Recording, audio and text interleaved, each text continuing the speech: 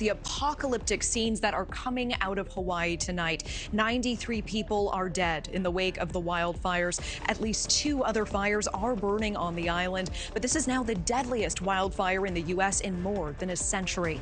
Well, now additional crews with cadaver dogs are heading to the island in hopes of finding any bodies. So far, they've only covered just 3% of that search area. Devastating aftermath video pouring into our newsroom tonight. Charred cars, buildings, all over the town of Lahaina. And we want to show you some powerful video showing Lahaina residents fleeing the flames by jumping into the ocean. Look at this. 2 of the survivors say that they waited in that water for 8 hours before being rescued. Questions and frustration tonight about the lack of warning for the residents ahead of these fires. And also a new report saying that back in 2014, Hawaii researchers told officials that this town faced high wildfire risk, warning that Lahaina was among Maui's most fire-prone areas. The nonprofit said officials should act now, but only some of the recommendations were implemented. David Charnes is on Maui for us with the very latest on the recovery tonight.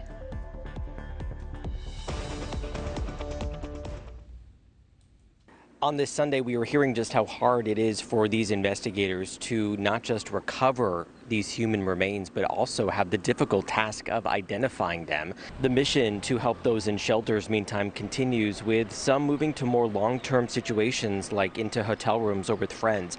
We spoke to several people just where we're staying here in Maui who say they're preparing to move somewhere else over the next couple of weeks. Some of them haven't even been able to see what is left of their homes. Resources continue to come in by boat and by air.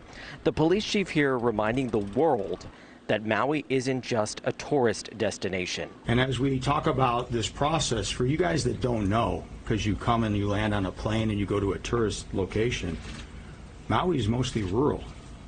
We've got people that they live on deer and fish. Now, there is a problem for some people going back to their homes in unaffected areas, and that's the water supply.